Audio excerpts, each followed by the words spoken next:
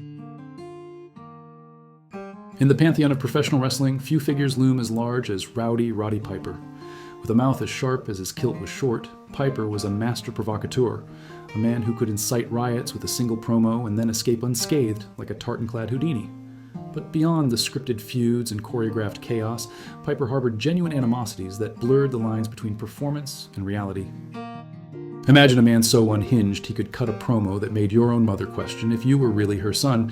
Now imagine that same man being trusted to represent your billion-dollar wrestling company on national television. That's the paradox of Roddy Piper.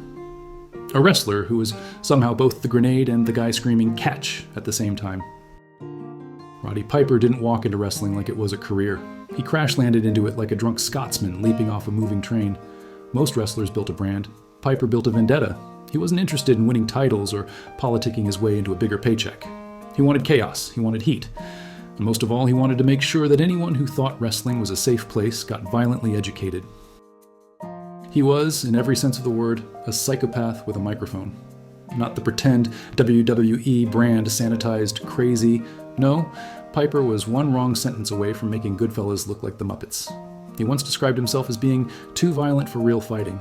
And frankly, that feels like the only honest thing anyone said in wrestling. Backstage, he was chaos incarnate. He didn't care for the buddy-buddy corporate environment. He thought sucking up was a disease and kayfabe was holy scripture. He'd throw a coconut at a man's skull on live television and follow it up with a promo that would make your spine file a restraining order. The man didn't just blur the line between fiction and reality. He stood on it in steel-toe boots, flipping the bird to both sides. And here's the kicker. Roddy wasn't even supposed to be the guy. Vince McMahon wanted Hulk Hogan.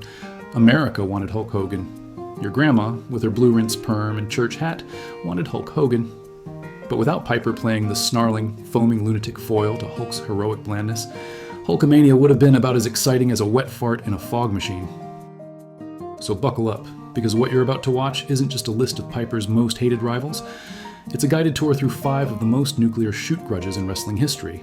These weren't scripted, they weren't worked, and they damn sure weren't settled with a handshake. In the chaotic world of professional wrestling, few figures have been as polarizing as Vince Russo. Known for his crash TV approach, Russo's tenure in WWE, WCW, and later TNA was marked by controversial storylines and a penchant for shock value.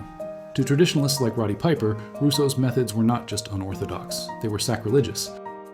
Piper's disdain for Russo reached its zenith during a 2002 TNA pay-per-view. Brought in ostensibly to promote his autobiography, Piper instead used the platform to launch a scathing, unscripted tirade against Russo. He accused Russo of eroding the integrity of wrestling and held him partially responsible for the tragic death of Owen Hart, referencing the fatal stunt at WWF's Over the Edge event in 1999. The confrontation was so intense that it left audiences and commentators alike in stunned silence. Russo, attempting to salvage the situation, entered the ring to confront Piper.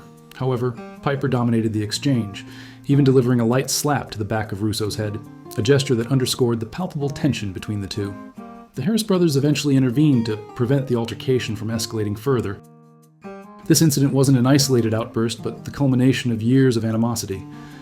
Piper had long criticized Russo's booking decisions in WCW, accusing him of prioritizing sensationalism over substance and compromising the safety and dignity of performers. Their clash in TNA served as a public airing of grievances, with Piper embodying the voice of wrestling's old guard, vehemently opposing the direction Russo represented. In the aftermath, the segment became infamous for its raw emotion and unscripted nature. It highlighted the deep divisions within the wrestling community regarding the industry's evolution and the balance between entertainment and athleticism. For Piper, it was a stand against what he perceived as the degradation of a craft he had dedicated his life to.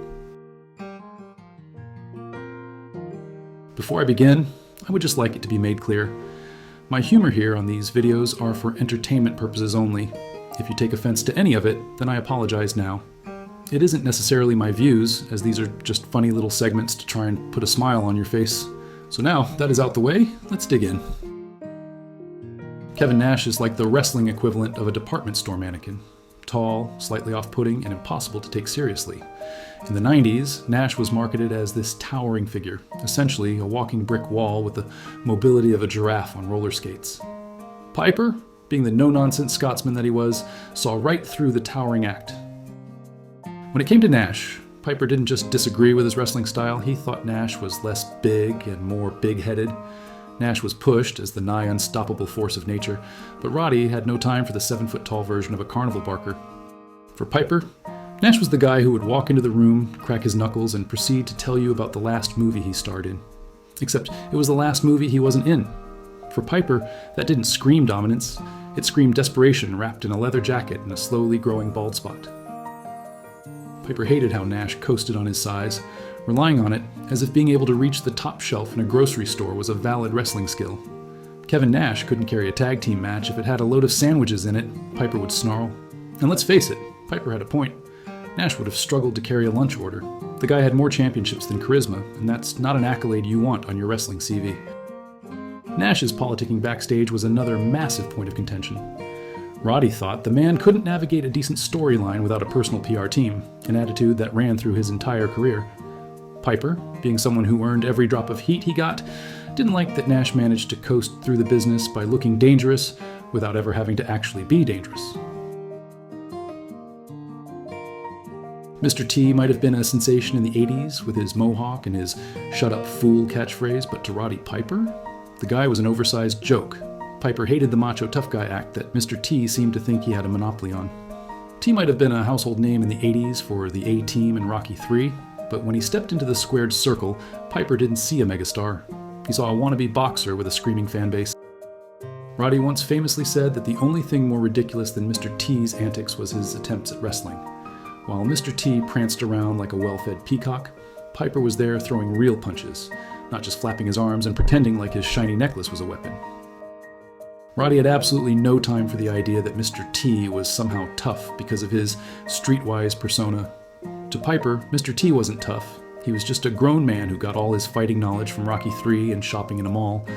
There was no denying T's charisma, but let's face it, toughness doesn't come from wearing a ton of gold chains and speaking in a voice that sounds like it's perpetually stuck on robo-whiner. And don't even get me started on the time Mr. T thought he could fight Piper at WrestleMania. No, Roddy didn't like the idea of a Hollywood actor waltzing in like he owned the joint. Piper made T look like a glorified stuntman who'd wandered off the set of an action film and ended up in a real fight. There's a reason Piper ended up with the heat, because he didn't need a gold necklace to make people believe he could kick your ass. Hulk Hogan and Roddy Piper's rivalry was one of the defining feuds of the 1980s, and it's safe to say that Piper wasn't exactly sending Hogan Christmas cards. Piper thought Hogan was everything that was wrong with the business, superficial, over the top, and with more politicking than an episode of House of Cards. To Piper, Hogan wasn't a legend. He was just a man who figured out how to scream brother into a microphone and convince millions that a leg drop was a finishing move worthy of a title shot. Roddy Piper thought Hogan was the guy who was willing to sell out his soul to get over. Piper was the embodiment of the art of professional wrestling, working the crowd with $1 million promo and doing it with the barest amount of respect for the business. Hogan? He was a pop culture icon who used wrestling as a vehicle for his own ego. Piper had little time for Hogan's constantly self-mythologizing behavior. He knew Hogan loved to be the center of attention, loved the accolades, and most importantly, loved getting the biggest paycheck in the locker room. Meanwhile, Piper was the guy causing chaos in the locker room just to see if he could get a rise out of someone. Because at the end of the day, the business needed tension, not backslaps and headlocks that looked like they were straight from a nursery. As far as Piper was concerned, Hogan didn't need to be the good guy. He needed to stop being the guy who spent more time on his vitamins than in the ring. Piper was a true wrestling artist, while Hogan was, well, he was more interested in being the wrestling business. And that's not a compliment. Michael Hayes wasn't just a wrestler, he was a walking, talking musical production number. With his glittering robes and ego the size of a stadium, Hayes somehow thought his mere presence elevated a match. But Roddy Piper, he thought Hayes was the ultimate look-at-me wrestler. The kind of guy who could wrestle a broom and still find a way to cut a 15-minute promo about how the broom was blessed by the wrestling gods. Piper had no patience for Hayes' outlandish personality, or his attempts to make everything about him. Hayes was that guy who could sell tickets based on his ridiculous persona, but when it came down to actually delivering in the ring, it was like watching a disco ball trying to do a kip-up.